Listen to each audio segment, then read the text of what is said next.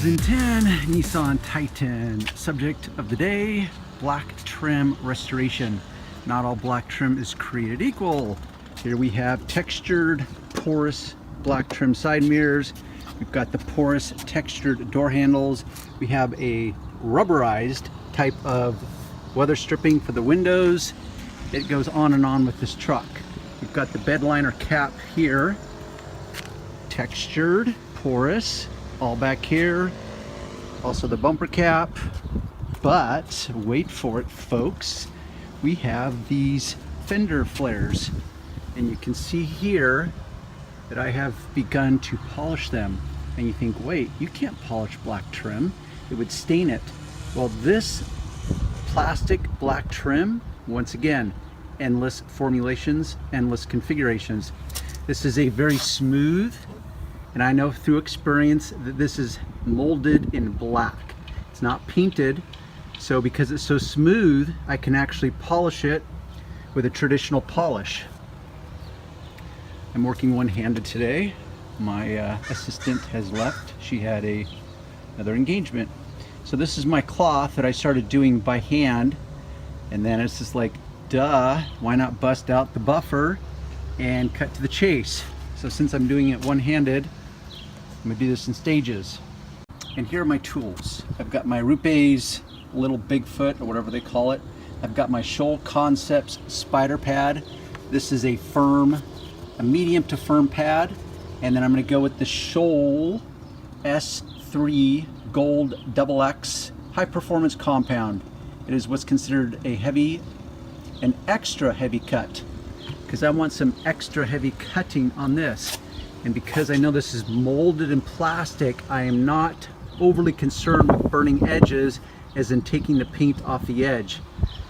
Does not mean it does not mean I'm going to become reckless with it.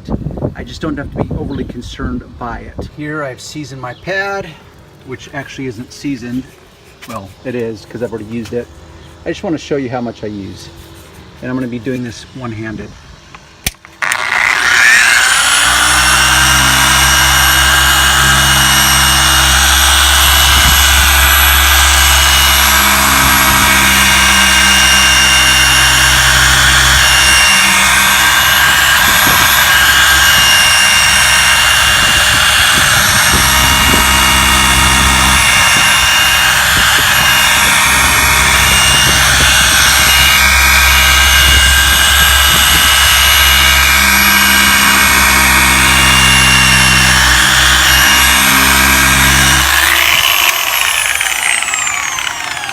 Now I know in the video, it's kind of like back in the day before they had HD, and they showed a helicopter blade spinning and almost looks like it's going backwards.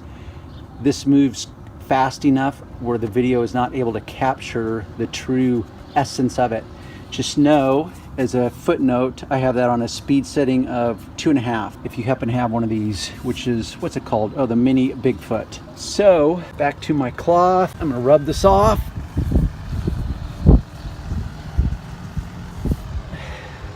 Look at that shine compared to zero shine down here. Now you'll notice a line of demarcation there. He had a fender flap, flare, whatever you want to call it, that used to be bolted on right there. So that's why you've got this line here. This has been covered for most of the truck's life. This has been completely exposed. So we can see this nicely polished fender flare. And this side sits in the sun more often, so this side has more problems with it, because I have to, actually this side I started doing by hand, and you can see some streaking. I'm going to come back with a buffer on this one and hit this. What I will have to do is finesse this little lip here by hand, because there's no way I'm going to be able to get the buffer in that, but trade-offs. So once again, all black trim is not created equal. If you used a traditional trim restore product on this, it would be superficial. It would not last, because this material is not truly porous enough for trim restores to actually embed itself into it and permeate into this material to make it lasting. This is a lasting solution. so long as Johnny customer accepts that he needs to maintain it moving forward, just like we need to maintain the paint by care and maintenance. And as always, you can check the links below, the show more box. It'll take you to further specifics at my website. All right, boys and girls, hope you learned something.